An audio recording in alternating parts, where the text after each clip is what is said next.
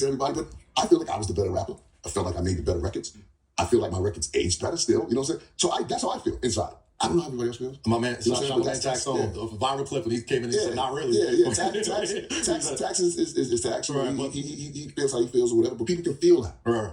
The reality is, it's whatever you want it to be at the end of the day, because it's all entertainment. You know what I'm saying? Of course. And so I'm, you know, I mean, I tell it's not. I think most you should like both. That's what I'm saying. You should say I've grown to be like, I like both of these guys. Like they both make music that made my childhood. You gotta like both. Yes, because one is an imitation of the other in a lot of ways.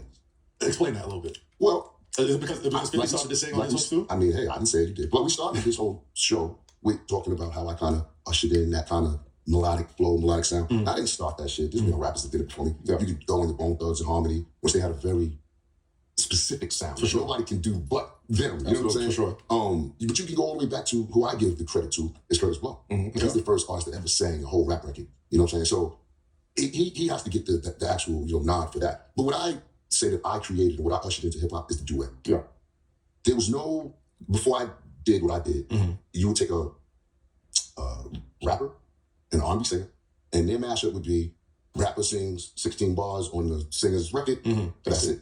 Or R&B singer sings on rapper's record. Okay. Never was it I'm real, where it was that form was you're on the hook, lullaby. I'm on the hook. Yeah. She got a verse, I got a verse. We're intertwining on the verses. It was never that until I created that. And the only reason why I was able to create that is because I wrote it.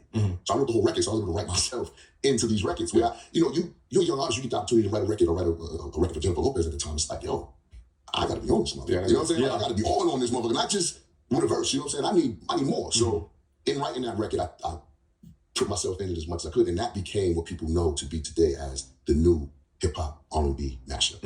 That's respect. That's what put you right there as the middle ground of X and DJ. Exactly, but it also gave me my own lane to take off. Absolutely, because there wasn't no lane at that point. And so now here you have this other nigga, right? that comes out and tells the world that style is whack.